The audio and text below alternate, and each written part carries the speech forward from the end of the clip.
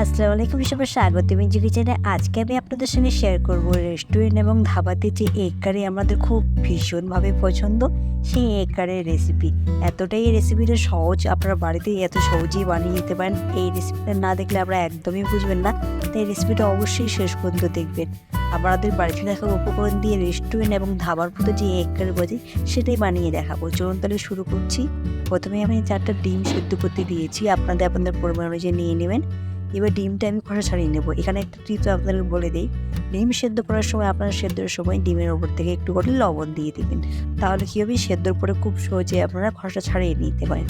এই যে দেখুন, খুব সুন্দর করে খোসা ছাড়িয়ে নিয়েছি। এইভাবে সমস্ত ডিমের খোসা আমি ছাড়িয়ে নিয়েছি। এবার একটা চাকুর সাহায্যে আমি ডিমটা মাঝ বরাবর কেটে নিয়ে নিই, ঠিক এইভাবে সমস্ত ডিম আমি এখানে কেটে নিয়েছি। এবার প্রথমে কড়াতে প্যান বসিয়েছি, দিয়ে দেবো তেল। ডিমটা একটু বেশি তেল দিয়ে ভাজবো, তাই তেলের পরিমাণটা বেশি দিলাম প্রথমেই। এবার ডিমটা ঠিক এইভাবে যেভাবে আমি দিচ্ছি, মানে উল্টো করে আপনাদেরকে ডিমটা দিতে হবে, তাহলে কুসুমটা আলাদা হয়ে যাবে না। এই যে এইভাবে দিয়ে মিডিয়াম আঁচে রাখবে, রেখে ভেজে নিয়ে নেবো।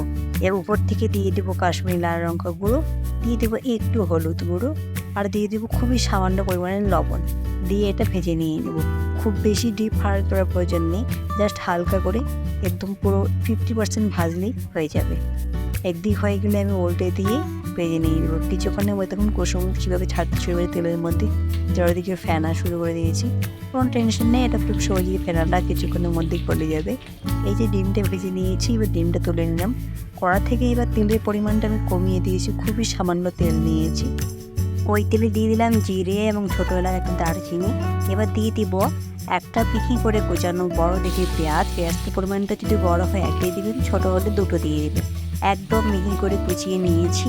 এবার পেঁয়াজটা ভালো মতো লাল লাল করে ভেজে নিব। এই পর্যায়ে গ্যাসের ফ্লেমটা একদম মিডিয়াম টু লো রাখবেন, রেখে পেঁয়াজটা ভালো মতো করে ভেজে নিয়ে নেব। খুব হাই ফ্লেমে ভাজলে পেঁয়াজটা খুব তাড়াতাড়ি চলে যায়। পেঁয়াজের কালার চেঞ্জ হয়ে গেছে খানিকটাই। এবার দিয়ে দিলাম কাঁচা লঙ্কা, দুটো কাঁচা লঙ্কা একদম কুচি করে কেটে নিয়েছি, আর 1 চামচ মতো আদা রসুনের পেস্টের সঙ্গে ভালো মতো মিশিয়ে ভেজে নিয়ে নেব। পুরো লাল লাল করে পেঁয়াজটা ভেজে নেব, এদিকে রসুনের কাঁচা গন্ধটা কেটে যাবে। ভালো মতো করে ভেজে নিয়েছি। এবার দিয়ে দেবো কাশ্মীরি লাল লঙ্কা গুঁড়ো, দিয়ে দেবো একটু হলুদ গুঁড়ো, দিয়ে দেবো ধনে গুঁড়ো, দিয়ে দেবো জিরে গুঁড়ো। এইভাবে দেখবেন মশলা দিয়ে ভালো করে মিশিয়ে একটু জল দিয়ে দেব। এইভাবে রেস্টুরেন্টে আমাদের খুব সহজেই এগ কারি বানিয়ে দেয়, এবং সমস্ত বাড়িতে দেখা উপকরণ দিয়ে দেখতেই পাচ্ছেন। এই যে একটু জল দিয়ে দিলাম, জল দিয়ে ভালো মতো মিশিয়ে নিয়ে নিলাম। মিশিয়ে ভালো মতো মশলাটা এবার ফুটিয়ে নেব কিছুক্ষণ। মশলাটাকে ভালো মতো করে এবার কষিয়ে নিয়ে নিতে হবে। খুব ভালো মতো কষিয়ে নিয়েছি। এবার দিয়ে দেবো টমেটো পেস্ট। এখানে আমি 2টো টমেটো একদম পেস্ট করে নিয়েছিলাম। টমেটো পেস্ট যদি না ইউজ করেন, তাহলে টমেটো কুচি ইউজ করলে জল দিতে হবে। এই যে টমেটো পেস্ট আমি ভালো করে মিশিয়ে দিয়ে দিলাম স্বাদ অনুযায়ী লবণ, 2 চামচ লবণ ইউজ করলাম। লবণটা দিয়ে ভালো মতো মিশিয়ে নিয়ে নেব। মিশিয়ে এটা ঢাকনা দিয়ে 1 মিনিট মতো আমি এখানে রান্না করতে দেবো, তাহলে খুব সহজেই টমেটোর কাঁচা গন্ধ কেটে চলে যাবে। ঢাকনা দিয়ে দিয়েছি। 1 মিনিট পর আমি এখানে ফিরে আসলাম।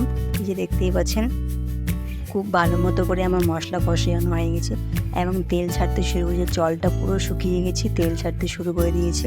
এটা আরও আমি এখানে 10 সেকেন্ডের মতো কষিয়ে নিয়েছি।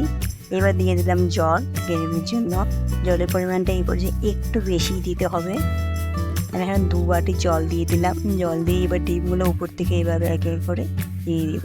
ডিমটা দিয়ে কোনো নাড়ার প্রয়োজন নেই, জাস্ট এইভাবে হালকা করে উপর থেকে দিয়ে দেবেন। বেশি ঘাটতে যাবেন না, নাহলে কুসুমটা ভেঙে দিতে পারে।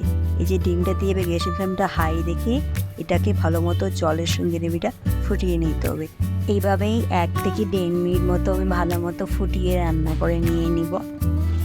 1 থেকে 1.5 মিনিট ভালো মতো ফুটিয়ে রান্না করে নিয়েছি। এবার গ্যাসটা বন্ধ করার আগে অ্যাড করে দিব এক মশলা।